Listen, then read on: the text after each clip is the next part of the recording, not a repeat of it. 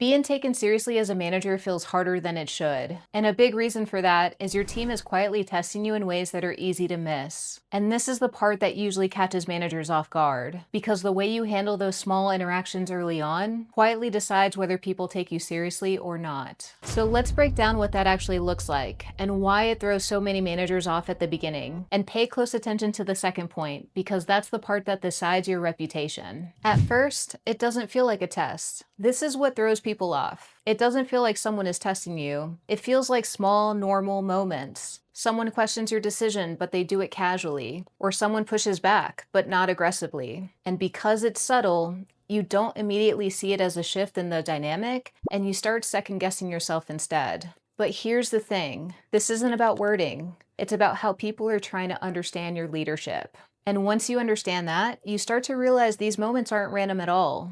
They're actually setting the tone for how your team is going to respond to you moving forward, because they're studying how you handle pressure.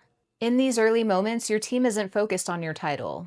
They're focused on your reactions, because this is the first time they're seeing you operate with authority. So they're watching you closely for a few things. When someone questions you, do you stay steady? When something goes wrong, do you get flustered or remain clear? When there's tension, do you avoid it or address it?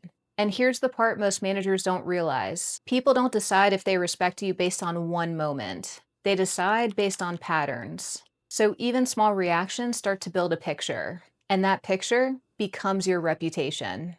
Which is why what feels like a small moment to you is actually a defining one for them. And this is exactly where most managers unintentionally lose their credibility. Trying to win the moment backfires. When you feel that pressure, it's natural to want to take control of the moment. So you explain more, add context, or try to make sure everyone understands your reasoning. And it feels like you're being thorough, but what it can look like to them is uncertainty. Because instead of sounding clear, it starts to sound like you're trying to get everyone on your side.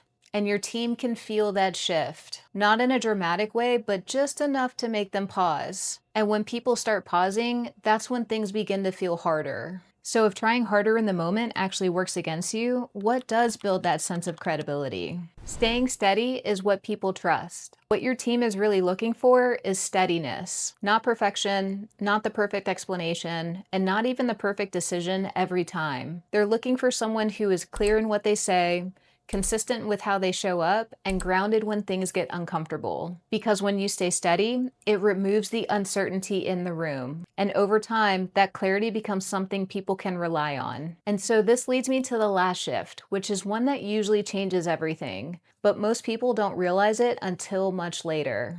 Your team takes you seriously when you stop chasing it. At some point, you stop trying to be taken seriously. And your focus shifts to something much simpler. What does this team actually need from me right now? And when that happens, you start showing up differently, more direct, settled, and less reactive to every small moment. And that's usually when the dynamic starts to change. And it didn't change because you forced it. It changed because people can feel that you fully stepped into the role.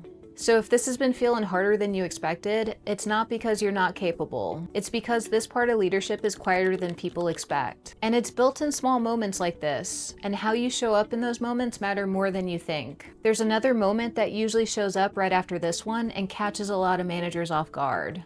I break that down in this video here. So if you're figuring leadership out as you go, I think that video will help. I'll see you in the next one.